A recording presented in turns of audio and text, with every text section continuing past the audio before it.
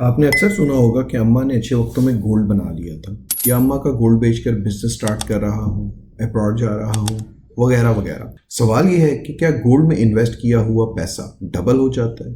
जवाब है yes. Gold में इन्वेस्ट करें तो पैसा डबल हो सकता है, और ज़्यादा नहीं, तकरीबन हर 5 साल में डबल हो जाता है। अगर पाकिस्तान ही की बात करें तो 2002 में 24 कैरेट गोल्ड 10 ग्राम की प्राइस थी 16,500 रुपीज़, और आज 24 कैरेट 10 ग्राम गोल्ड की प्राइस है 2,36,000, यानी 14 टाइम्स गोल्ड की प्राइस इंक्रीज हो चुकी है। अगर 2002 में आपने 1 लाख रुपए का गोल्ड खरीदा होता तो 1 लाख में आप हासिल करते 60 ग्राम्स 2002 में, और आज इसकी कीमत होती 14,16,000, यानी आप अपनी इन्वेस्टमेंट पर 1400 टाइम्स 14 गुना रिटर्न हासिल कर चुके होते। अब सोचें, अगर 2002 में आप लखपति थे तो अब आप करोड़पति होते। अगर 2002 में आपने 10 लाख का गोल्ड खरीदा होता तो 10 लाख में आप हासिल करते 630 ग्राम गोल्ड, और आज इसकी कीमत होती 1,48,68,000, यानी आप अपनी इन्वेस्टमेंट पर 14 गुना रिटर्न हासिल कर चुके होते और आप मिलियनर से बिलियनर बन चुके हो। ज्यादा पीछे नहीं जाते, सिर्फ 5 साल पुरानी बात करते हैं।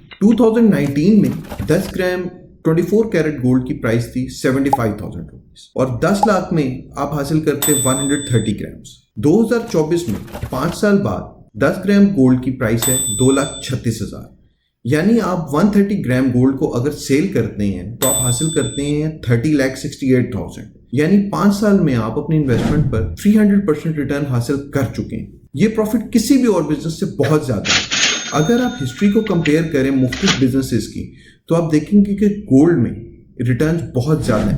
आपके पास और क्या ऑप्शंस हो सकते हैं? आप अगर स्टॉक्स में इन्वेस्ट करते तो पिछले 20 साल में स्टॉक्स की ग्रोथ रही 200%। रियल एस्टेट यानी प्लॉट्स, शॉप्स या हाउसिंग में आप इन्वेस्ट करते तो उसकी ग्रोथ रही 300%, और अगर आप गोल्ड में इन्वेस्ट करते तो ग्रोथ होती 1400%। अब हम देखते हैं कि अगर 2002 में आपके पास 10 लाख रुपए थे तो आपके पास इन्वेस्टमेंट की क्या ऑप्शंस हो सकते? अगर आपने 10 लाख रुपए अपने स्टॉक्स में इन्वेस्ट किए होते, यानी आपने 10 लाख के शेयर्स खरीदे होते, तो उनकी कुल मालियत आज तकरीबन 40 लाख के करीब होती। अगर आपने 10 लाख रुपए रियल एस्टेट में इन्वेस्ट किए होते, यानी आपने कोई प्लॉट, कोई शॉप या इससे रिलेटेड कोई एसेट आपने खरीदा होता, तो उसकी वैल्यू होती करीब 80 लाख रुपए। और अगर आपने गोल्ड में इन्वेस्ट किया होता तो आप मिलियनर से बिलियनर बन चुके होते, यानी 10 लाख की वैल्यू होती 1,48,00,000 रुपए।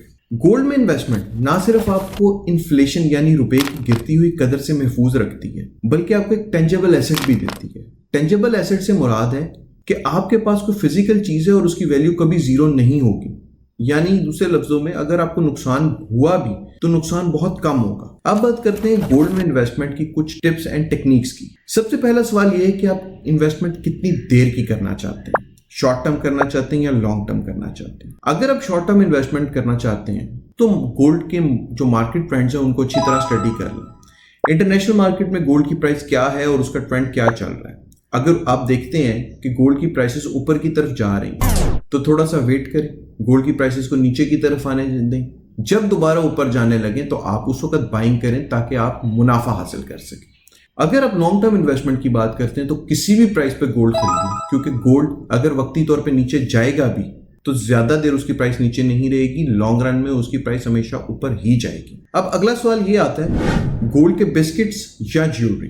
अगर आप शॉर्ट टर्म इन्वेस्टमेंट की बात करते हैं तो आपके लिए आइडियल है गोल्ड बिस्किट्स यानी सोने की ईंटें जिसको कहते हैं, या ब्रिक्स, क्योंकि जब आप ज्वेलरी खरीदते हैं तो आप बेचते वक्त मेकिंग की कॉस्ट यानी जो उसको बनाने पे कॉस्ट आई है और जो उसमें इम्प्योरिटी ऐड की गई है उसकी प्राइस आपको नहीं मिलती, जिसकी वजह से आपने अक्सर देखा होगा कि शॉर्ट टर्म इन्वेस्टमेंट्स में अक्सर ज्वेलरी पर नुकसान हो रहा होता है। अगर आप लॉन्ग टर्म इन्वेस्टमेंट की बात करते हैं तो प्रॉफिट इतना हो चुका होता है कि मेकिंग और इम्प्योरिटी को निकाल के भी उस लॉस को कवर कर लेता है आपका एंड में रिटर्न। तो इसलिए खास फर्क आपको लॉन्ग टर्म इन्वेस्टमेंट के केस में नहीं पड़ता, तो लॉन्ग टर्म इन्वेस्टमेंट में आप ज्वेलरी की तरफ भी जा सकते हैं। अब नेक्स्ट चीज आ जाती है safe custody of gold. Gold की इन्वेस्टमेंट में सबसे इंपॉर्टेंट चीज है उसकी सेफ कस्टडी। गोल्ड में सिर्फ एक ही सूरत में नुकसान होता है, और वो सूरत ये होती है कि अगर वो गोल्ड आप किसी तरह खो देते हैं। याद रखें कि गोल्ड में इन्वेस्टमेंट करते हुए अपने गोल्ड की सेफ कस्टडी को यकीनी बनाएं और किसी बैंक में, लॉकर में या गोल्ड को किसी महफूज जगह पर रखें। अगर आप अपने पैसे को कुछ अर्सा होल्ड कर सकते हैं तो गोल्ड में इन्वेस्टमेंट आपकी इन्वेस्टमेंट को 4 नहीं 14 चांद लगा सकती है। उम्मीद है कि आपको ये वीडियो पसंद आई होगी। अगर आपने ये वीडियो पसंद की तो वीडियो को लाइक और चैनल को सब्सक्राइब जरूर करें, इससे हमें हौसला अफजाई मिलती है।